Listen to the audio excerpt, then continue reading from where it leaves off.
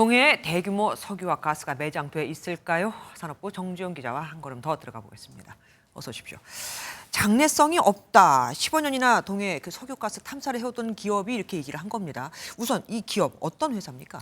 네, 그 호주의 주요 에너지 기업입니다.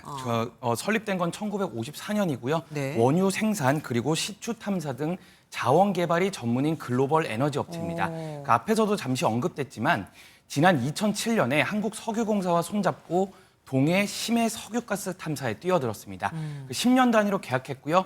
2029년까지 조관권을 확보하고 있었는데 계약 기간이 끝나기도 전에 손을 뗀 겁니다. 그러면 그 호주 기업이 전격적으로 철수를 한 이유가 있겠네요. 예, 그 지난해 우드사이드가 공개한 보고서를 다시 한번 잠깐 보겠습니다. 네. 그 보시면 더 이상 장래성이 없는 광구를 퇴출시켰다고 언급돼 있죠. 이게 영어 표현 프로스펙티브인데 뭐 가망이 없다, 유망성이 없다 정도로도 해석되고요.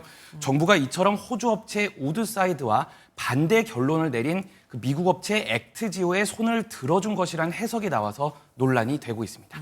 근데 정부가 많이 놀랐나 봐요. 휴일인데도 반박 자료를 내놨더라고요. 바로. 그렇습니다. 오늘 휴일이고 이렇게 휴일에 나오는 게 흔치 않은 일인데요. 정부가 오늘 오전에 설명 자료를 냈습니다. 그 준비한 표를 보면서 네. 반박 내용 말씀드리겠습니다. 네네. 그 석유가스 개발 과정은 물리 탐사를 통해서 자료를 수집한 뒤 자료 해석 등을 거쳐 유망 구조를 도출하고 탐사 시추를 통해 확인하는 과정으로 진행되는데요.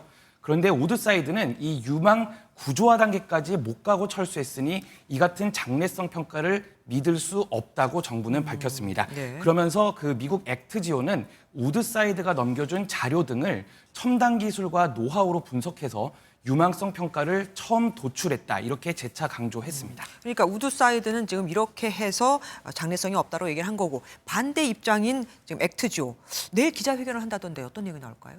예, 내일 오전 10시에 정부 세종청사 산업통상부 자원부 기자실에서 열립니다. 그 산업부의 문의 전화가 빗발치는 등 벌써부터 취재 열기가 뜨겁게 달아오르고 있다는데요. 네. 그 어제 입국한 그 아브레우 대표 오늘 석유공사와 정부 관계자 만나면서 비공개 행보 이어갔고요. 발표 내용을 최종 조율한 걸로 전해지고 있습니다. 이번 기자회견을 통해서 해소돼야 될 거는 뭐가 있을까요?